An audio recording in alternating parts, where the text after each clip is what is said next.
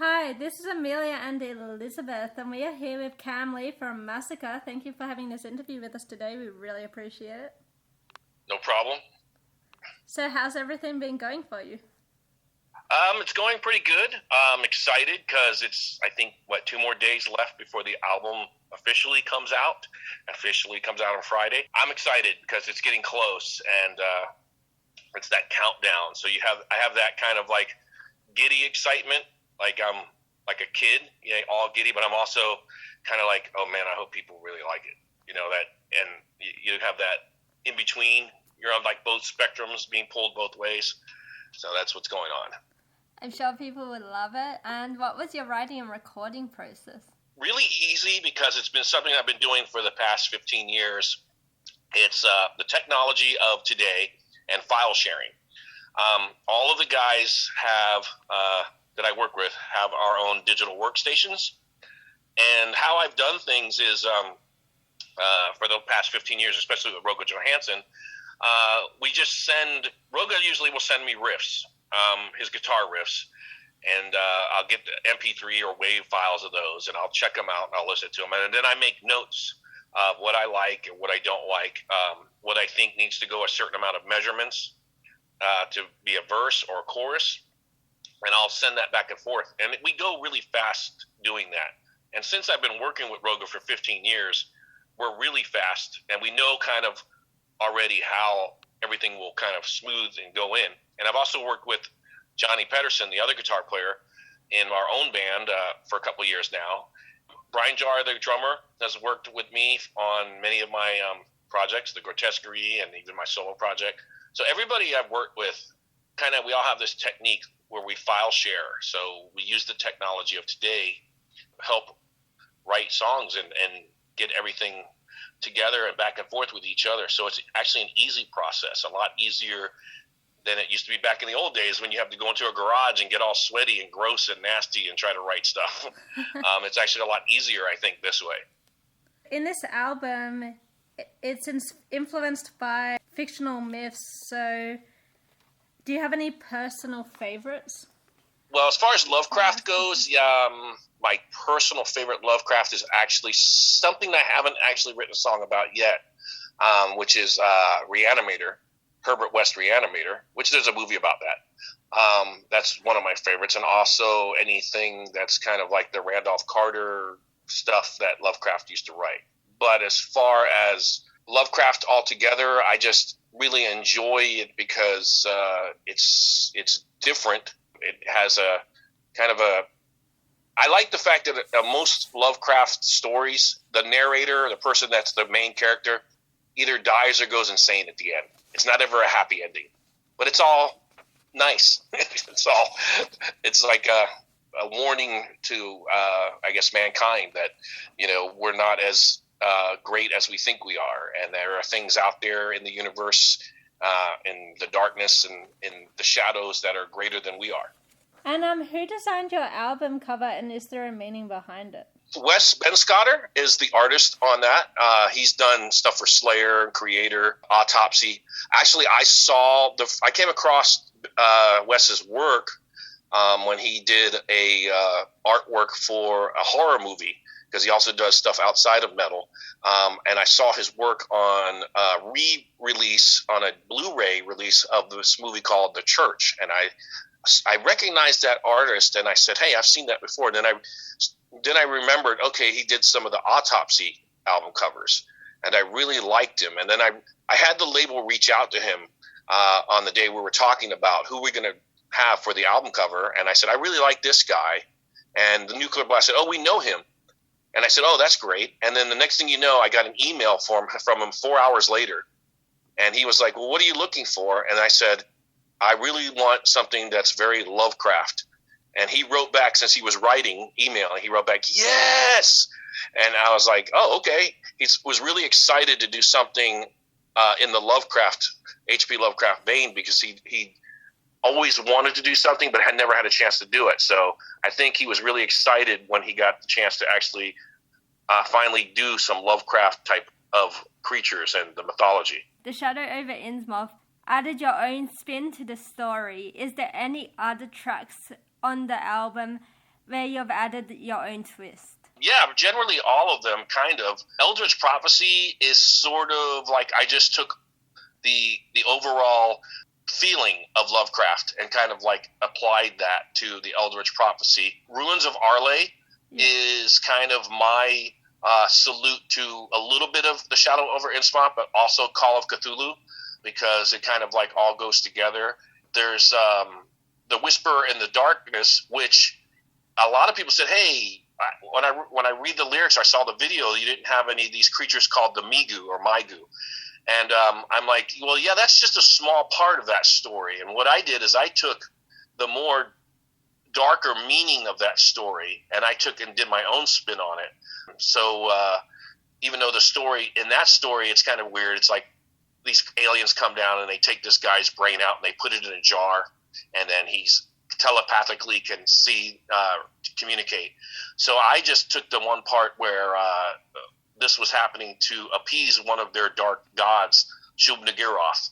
And I thought that was actually something kind of unique and cool. And I took a different spin on it, and I made it all about the voices, the actual whispering being the whispers of this god thing, creature, kind of manipulating everything. And what was the energy like when you guys wrote Whisper in Darkness? That was actually the first song, actually. So the energy was really strong. That was the first song that we wrote collectively. And we just knew right when we wrote that song that we nailed it. We just, when we got done, we were like, wow, this is, if the rest of the song material sounds as good as this, then we know we're doing the right thing. And now time for our signature question. So if you could have any band play one of your songs, which band would it be? Which song would it be? And would it be in your style or their style? Well, has been some bands already that's played some older Massacre songs, which I thought was really cool. Even bands like Cradle of Filth covered one of our songs originally. So that was kind of unique to hear Cradle of Filth doing it. As far as death metal bands, I'd really like to hear somebody like one of a really good classic Swedish band like Dismember, or maybe like Entombed when LG was still alive. Just one of the classic Swedish bands. Unleashed would be really cool to hear do kind of a Massacre song. I'd be kind of unique to hear them do it. I really love Swedish death metal, so any of the Swedish death metal bands, the classic Swedish death metal bands, if any of them wanted to step up and do a Massacre cover, that would be really cool. That would be cool. And you've already released the music video for Whisper in Darkness, so will you be releasing any other music videos? Actually, yeah, that's actually a conversation I had today. We have another video. We're kind of going through a little bit of controversy right now about that, because the video is so extreme with what's going on in the video that YouTube banned it. Oh. So, yeah, it's that extreme. So we're trying to figure out the best way to do it. I think Nuclear Blast is thinking about doing a censored version and then having the uncensored version appear on something like Vimeo or something like that, on a platform where people that want to really see the gore and the grossness of this video, they can go see the uncensored version. But it's so extreme, and so, I mean, it's a song about necrophilia, so I don't want to like ruin everything, but I mean, you can't just do a PG-13 necrophilia song. No. You got to kind of go extreme. So we went really extreme, and I think they were like, "Oh man, we can't air this." I'm like, "What? You got to be kidding me!" They're like, "I don't know. We've got to do a censored version." And I was like, "Okay, well, however version you do it, I'll just, as long as it gets out there. If it's censored, that's going to be cool, because it's going to make people want to see the uncensored version even more." Yeah, it will. It definitely will. And have you started writing a new album? Actually, yes. We have actually started writing a new album. We actually have some surprises coming out. I'll go ahead. When is your show airing? We have a special thing, and I'll tell you guys right now, which I haven't even told the label or anybody. We have a special song coming out on Halloween night on our Bandcamp page. It's a Halloween song that we wrote. We had planned this almost a year ago, and because of the pandemic and everything, things got pushed back. But everything fell through in the right way, and we're going to release this special song on our Bandcamp page on Halloween night. So October 31st. Yeah. So by the time I'm sure your show will air, it'll either be close to October 31st or after October 31st. So people will say, hey, yeah, he's talking about the song that came out. Yeah. So we have a special song that's coming out. We also have a special EP self-release coming out probably in December or January, as it depends on things. But those songs are already done, and that's going to be coming out as a 3-song EP that's really special. It means a lot to me because we actually got to cover 3 bands that to me are essentially the originators of death metal. And so we got to do 3 different songs from 3 different bands that I feel is very important. And we got to do our version of it, our Massacreized version of it. So I'll tell you that one of the bands is Necrophagia. So I got to do a Necrophagia song, and another band is Repulsion. But I'll keep the third band a secret. Let that come out. So what's your favorite memory watching someone else perform live? Can you tell us a story? Celtic Frost blew me away when I saw them.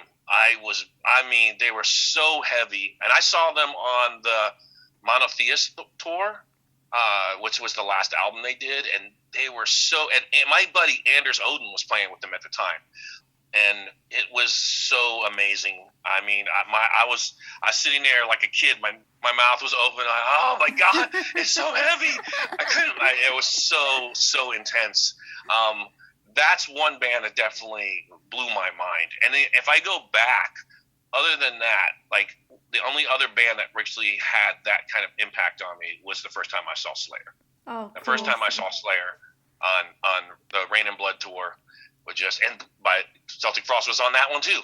But of course they were doing Cold Lake during that time, so it wasn't that cool. But when I saw Slayer, that was just amazing. So the first time I saw Slayer, and then the second time I saw Celtic Frost, probably the 2 times that I was just. And then the other band that I actually saw, which is outside of metal or extreme metal, but I guess some people consider it metal, is the first time I saw Typo Negative, because I saw them in a little teeny bar that like only fit 50 people, and it was jam packed, and they were so loud and so heavy back then. And that was during the first album, and it was just really impressive. That's so cool. I love small shows. What was the first band you ever saw live? The first band I ever saw live. Okay, let me think about this. I grew up a long time ago. I'm old, so back in the 80s, I started off as kind of like a punk kid. And I remember one of the very first bands I ever saw was this band called Battalion of Saints.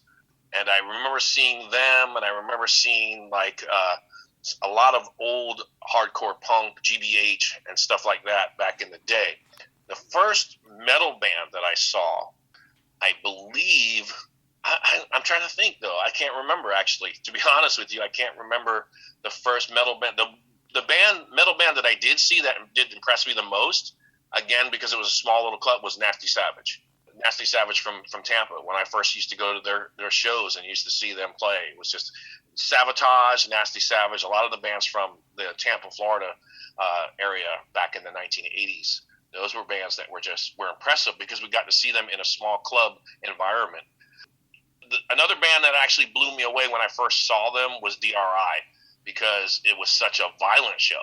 It was like the crowd was insanely violent, but it was like a fun violence kind of thing. There's so much stage diving and so much moshing going on, and people were just like bleeding and coming out with broken arms.